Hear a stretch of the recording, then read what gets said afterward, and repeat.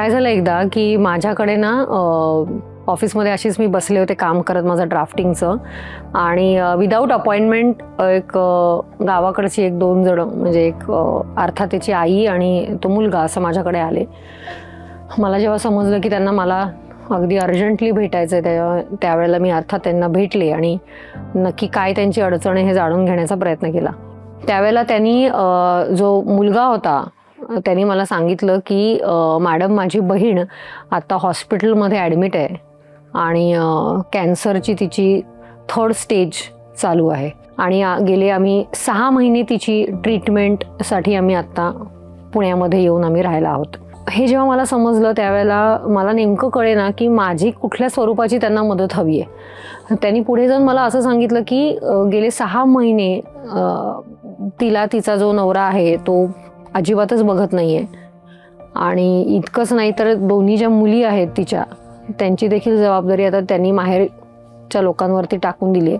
त्यामुळे बहीण हॉस्पिटलाइज आहे आणि आम्ही आत्ता शहरामध्ये ट्रीटमेंट मिळावी म्हणून आम्ही आत्ता इथे येऊन राहतो आहे आणि राहायला देखील आम्हाला कुठलं घर नाही काही नाही तर आम्ही कुठेतरी छोटंसं हॉस्पिटलच्या जवळ भाड्याने घर घेऊन राहतो आहे. त्या घरामध्ये मी, माझी आई आणि या 2 मुली माझ्या बहिणीच्या आणि बहीण हॉस्पिटलमध्ये अशी परिस्थिती आहे. नेमकं आम्हाला काहीच कळत नाही आहे की काय करायला पाहिजे कारण फायनान्शियली पूर्णपणे आम्ही एक्झॉस्ट झालेलो आहोत. आमच्याकडे कुठलेच आता पैसे राहिलेले नाही आहेत की आता आम्ही आमच्या बहिणीचा पुढचा इलाज करू. दोन्ही मुली आमच्याकडे असल्यामुळे अर्थात त्यांची शाळा बुडते, शिक्षण पूर्ण थांबलं आहे. तर या सगळ्या केसमध्ये काय करायला पाहिजे असं त्यांना काही सुचत नव्हतं. त्यांची एकंदर ती काही गंभीर परिस्थिती बघून किंवा इतके त्यांचे घाबरलेले चेहरे बघून मला प्रचंड त्यांना कुठेतरी दया पण येते आपल्याला आणि अर्थात कुठेतरी आपल्या इट्स अ नोबेल प्रोफेशन आणि आपण मदत करायला पाहिजे या दृष्टिकोनातून मी त्यांची सगळी परिस्थिती जाणून घेतल्यानंतर मला असं वाटलं की पहिलं बहिणीला पण आपण एकदा भेटूयात आणि कायद्याच्या म्हणतात ना कायदेशीर आपण काय मार्ग अवलंबू शकतो हे पण आपण बघूयात. मी सगळी एकंदर पुन्हा सगळी परिस्थिती त्यांची जाणून घेतली त्यावेळेला मला हे जाणवलं की जो नवरा आहे त्या मुलीचा, जी मुलगी ॲडमिट आहे हॉस्पिटलमध्ये, तर तिचा जो नवरा आहे तो एका चांगल्या कंपनीमध्ये कामाला आहे आणि साधारणतः एक 70-80 हजार रुपये त्याला पगार आहे. अर्थातच कंपनीकडनं इन्शुरन्स, मेडिकल इन्शुरन्स हा मिळतच असतो आणि अर्थात आजकाल प्रत्येकजण आपला आपला स्वतःचा मेडिकल इन्शुरन्स हा देखील काढत असतो. मग असं असताना बायकोची जबाबदारी म्हणजे लग्नानंतर 2 मुली होतात, संसाराची एवढी वर्ष झाल्यानंतर जर बायकोला कॅन्सर होतो तर या काळामध्ये खरं तर नवऱ्यानी बायकोला ती सक्षमपणे आर्थिकदृष्ट्या असेल, इमोशनली, फिजिकली, मेंटली सगळी साथ देणं हे अपेक्षित आहे. मग अशा ह्याच्यामध्ये आम्ही काय केलं तर मी त्यांना हे सुचवलं की आपण एक डोमेस्टिक व्हायलन्स ॲक्ट 2005 या अंतर्गत आपण एक केस दाखल करूयात. आता ही केस दाखल करताना आमच्यासमोर प्रश्न होता की ती कॅन्सर पेशंट असल्यामुळे, ती हॉस्पिटलाइज असल्यामुळे आपण कसं काय करणार. पण या डोमेस्टिक व्हायलन्स ॲक्ट 2005 मध्ये अशी व्यवस्था आहे सेक्शन 12 प्रमाणे ॲग्रीव्ड पर्सन म्हणजे ज्याच्यावरती अन्याय झालेला आहे, पीडित व्यक्ती, तो स्वतः कोर्टात जाऊन अर्ज करू शकतो किंवा त्याच्या वतीने प्रोटेक्शन ऑफिसर म्हणजे तुम्ही ज्या भागामध्ये राहताय त्या प्रत्येक भागासाठी प्रोटेक्शन ऑफिसर तुम्हाला अपॉइंट केलेला असतो. त्या प्रोटेक्शन ऑफिसरकडे जाऊन सुद्धा ती पीडित व्यक्ती तक्रार करू शकते किंवा पीडित व्यक्तीच्या तर्फे प्रोटेक्शन ऑफिसर सुद्धा कोर्टामध्ये येऊन तक्रार करू शकतो. दोन्ही गोष्टी जर शक्य नसतील तर तिसरं व्यक्ती, माझा तिसरं व्यक्ती म्हणजे कोण आहे तर या पीडित व्यक्तीचा भाऊ, बहीण, आई, जे कोणी व्यक्ती आहे जवळपासचे, ती व्यक्ती कोर्टामध्ये येऊन त्या पीडित व्यक्तीच्या वतीने अर्ज करू शकते.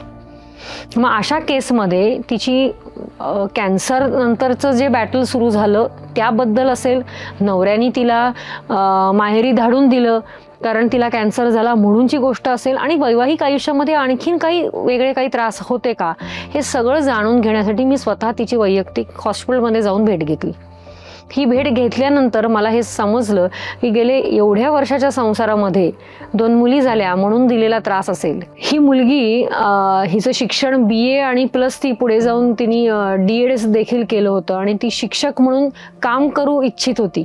पण ते काम सुद्धा नवऱ्याने तिला करून दिलेलं नव्हतं. प्रत्येक वेळेला तिला करिअरमध्ये म्हणतात ना पुढे जाण्याचा जो काही तिची इच्छा होती ती तिची दाबली गेली होती. 2 मुली झाल्या म्हणून तिला त्रास दिला गेला होता.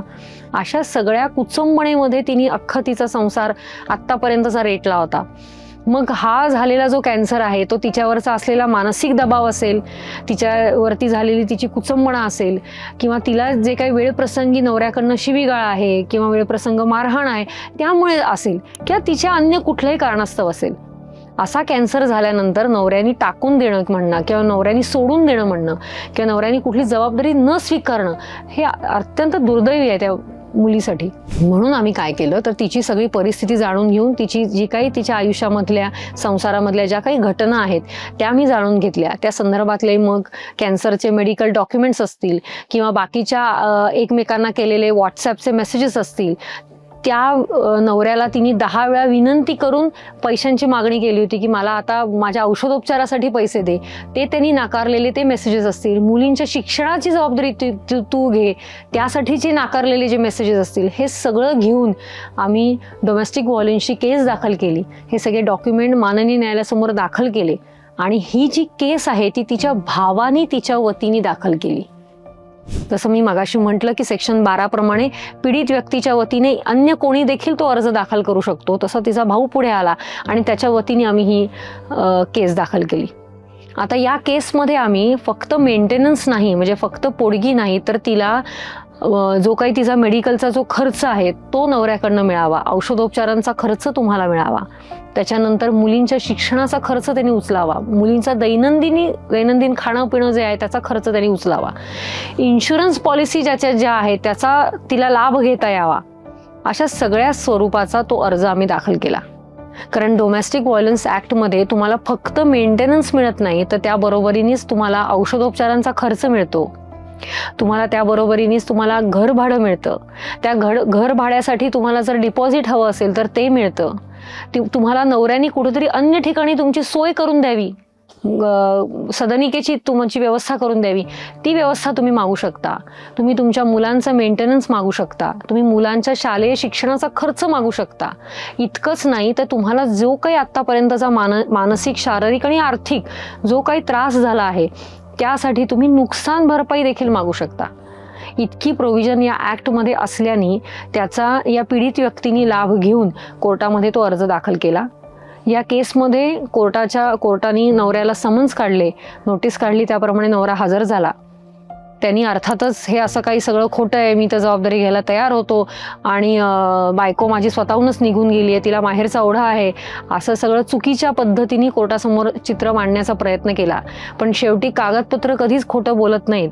त्या पद्धतीने त्याचं जेव्हा मेसेजेस आम्ही कोर्टासमोर सादर केले किंवा आम्ही किती वेळा त्याला विनंती केली, किती वेळा त्याला विचारणा केली आणि किती वेळा त्यांनी ती नाकारली, हे सगळं आम्ही जेव्हा मेसेजेस स्वरूपात कोर्टात दाखल केलं, त्याबरोबरीनेच कोर्टामध्ये त्यांनी इन्कम ॲफिडेव्हिट फाईल करावं, त्यांनी त्याची सॅलरी स्लिप फाईल करावी, हे जेव्हा देखील आम्ही त्याच्या मागे लागलो आणि त्या पद्धतीने त्याचं इन्कम ॲफिडेव्हिट दाखल झालं आणि सॅलरी स्लिप दाखल झाले, त्यावरनं हे दिसून आलं की सोडलं त्यावेळेचा 70,000चा पगार तो आत्तापर्यंत 1 लाखापेक्षाही जास्त पगार झाला होता आणि ते अर्धा पगार हा आईच्या अकाउंटमध्ये आणि अर्धा पगार सेव्हिंगमध्येच जात होता. तर निश्चित या सगळ्या केसमध्ये जी काही मागणी आम्ही कोर्टामध्ये केली होती ती कोर्टाने आमच्या बाजूनी विनंती जी आमची होती ती आम्हाला मंजूर केली. त्याबरोबर मुलींचाच अधिकार त्यांना मिळाला नाही, तर हिच्या औषधोपचारांचाही खर्च त्यांनी करावा. कारण अर्थात हा कॅन्सर लग्नानंतर 10 वर्षांनी झालेला आहे, त्यामध्ये कुठलीही चूक त्या पत्नीची नाही.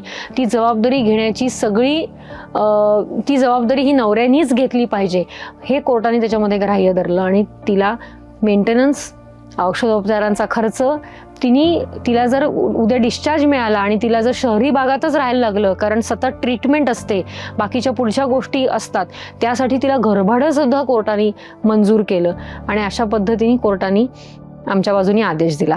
आता यामध्ये काय आहे, ही मुलगी मूळची राहणारी होती, कुठलं तरी वेगळं गाव होतं तिचं, तात्पुरतं राहायला ती हॉस्पिटलायझेशनसाठी पुण्यात होती आणि भाड्याने तिच्या भावानी घर तिच्याचसाठी पुण्यामध्ये घेतलं होतं.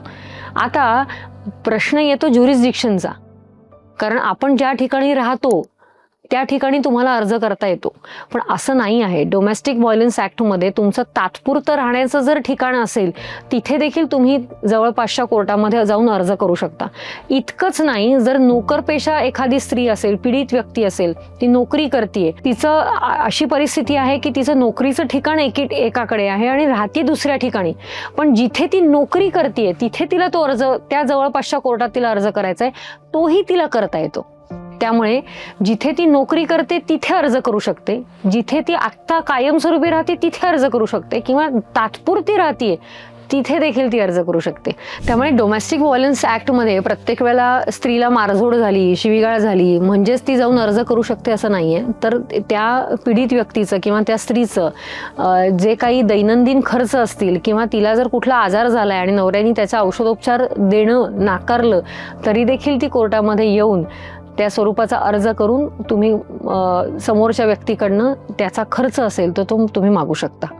ज्यावेळेला आपल्यासमोर असा प्रश्न उभा राहतो की माझ्याकडे तर खिशामध्ये पैसे नाही आहेत, प्रश्न तर फार मोठा आहे आणि इथे कायदेशीर मदत निश्चित मला घ्यावी लागणार आहे, वकिलांकडे गेलो तर मला पुष्कळ पैसे द्यावे लागतील, पण हे प्रत्येक वेळेला हे असंच होतं असं नाही. तर तुम्ही जाऊन वकिलांचा सल्ला घेणं किंवा त्यांचं मार्गदर्शन घेणं फार गरजेचं असतं.